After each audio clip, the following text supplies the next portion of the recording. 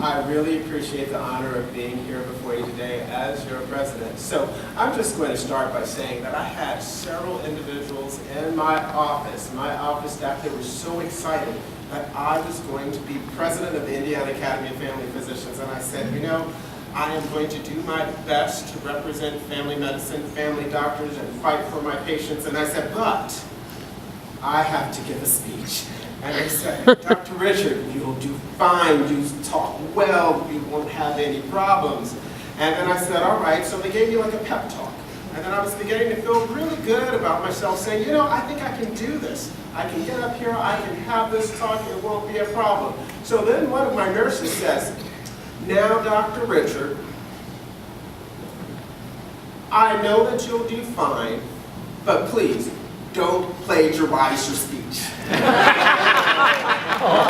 had this vision of someone giving a speech over here, and then there'll be a video clip of me giving a speech over here, and then you sit back and forth, and back and forth. Any of you ever seen that? Something like that happen? Yeah, so let me tell you this, whether my speech is good or bad, there'll be none of those shenanigans tonight. So, like I said, it is an honor to be here. I do appreciate the opportunity to serve, but I decided to talk to you a little bit about the journey that brought me here today. Curiously enough, it is a story that I actually believe that I never told. I talked to my partner, Varsha. She says, you know what, I don't think you've ever told that story before. So I decided I will tell you the real story of how I came to be where I am today. So, when I was a little boy, I knew that I wanted to become a doctor. But now, as you probably know, most little boys want to become doctors, or lawyers, or firefighters, or police officers. And I thought it was kind of curious because, you know, even though I knew this, I don't really remember any of this. So I asked my mom, I said, hey Mom, I said, did I ever want to be a lawyer, or a firefighter, or a police officer? And she says, no boy, you always wanted to be a doctor. So the thing is, I had to ask myself, how did this come to be? So what I will tell you is that I had a pediatrician by the name of Dr. Lucian Lewis, whom I really looked up to. I wanted to be just like him when I was just a little boy. Now keep in mind, I was just a little boy, so my thinking wasn't the same as it is now. For example, I grew up in a time where adults would say things such as, you can be anything you want to be, if only you just believe.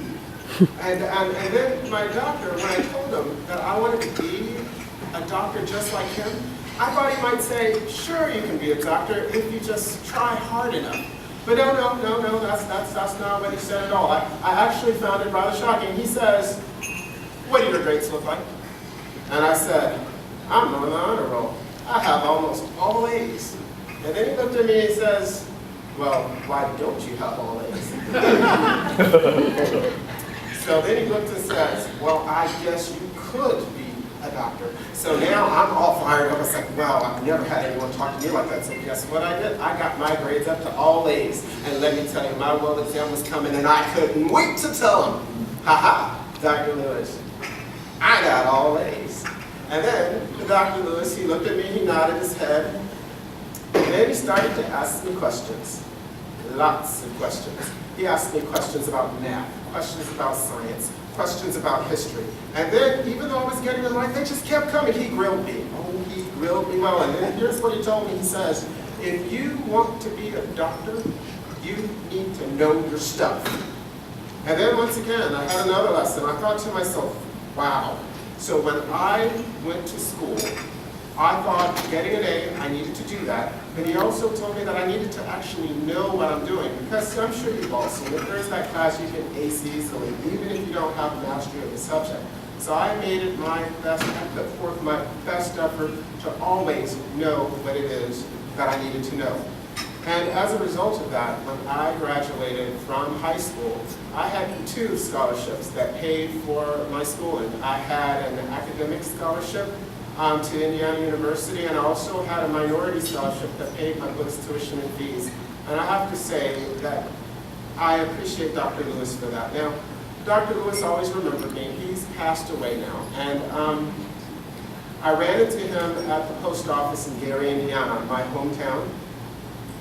And he says, hey, Bernard, because he remembered me, even after all those years. He looked so much older than I had remembered him. had just graduated from medical school. And I told him, I said, Dr. Lewis, I said, now I'm a doctor too. And I'm going to train in family medicine. And then he sort of looked at me and he paused. He says, you know, I had always hoped you'd be a doctor. You know what? I think you will be a good one. And I will tell you, I've always strove and worked hard because I never wanted to let him down. Now, I know it's kind of interesting that just that short time that you spend in your well visits, you know, it's maybe 20, 30 minutes, but it really made such a difference in my life. And I wanted to make that kind of difference in other people's lives. Now, as you might imagine, that with maturity, I gathered a better understanding of the real role physicians play in people's lives. It's actually one of the reasons I often tell the real story about what motivated me to be a doctor, because, you know, it's just a kid's dream. People expect me to say something that seems so much grander, so much greater, something with so much more insight than that. But that is the real story of how I got here. Now, some of you might say, well, why didn't you become a pediatrician? And the answer to that is that, well, during training, I found that there was nothing that brought me greater joy than being able to care for an entire family. There wasn't going to be any aging out because you turn 18 or 21. Now, just to be clear, I'm not saying anything negative about my pediatrician colleagues or even that for my internal medicine colleagues, because you can imagine it's sort of the same thought process. It's just that I wanted to change the world, and I just thought family medicine would be the best, because I came to realize that no one can do what we do. We are the answer to this nation's healthcare crisis. So I attended residency at the Community Hospital East Family Medicine Residency in Indianapolis, and I served as a chief resident along with Varsha Nagarsinker. And during this time, I was introduced to organized medicine. Dr. Cliff Knight, anyone here know him? He is originally from Indiana. He's now the Vice President of Education of the IAFP. He was the one who introduced me to the academy.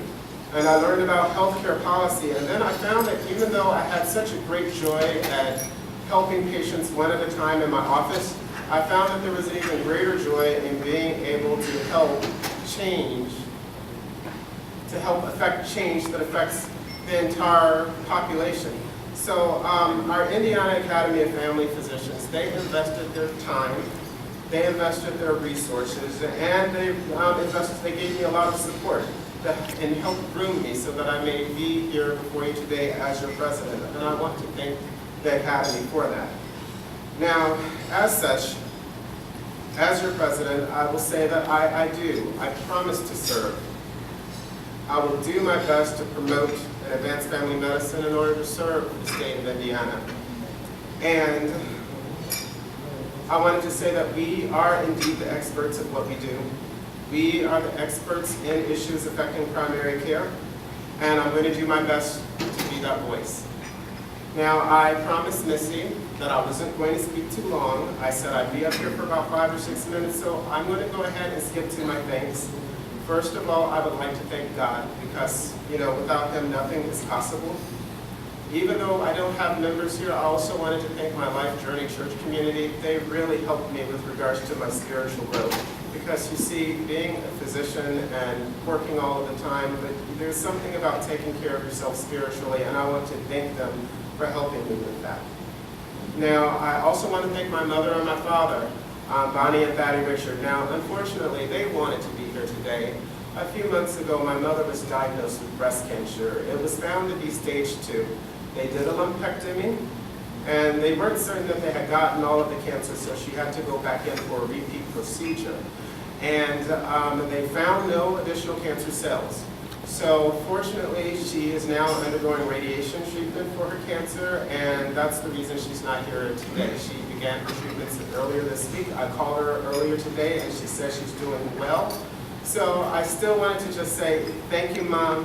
Thank you, Dad. I wouldn't have been able to do it without you, and I appreciate all the effort that you made, the commitments, the sacrifices, in order to allow me to be here before you today.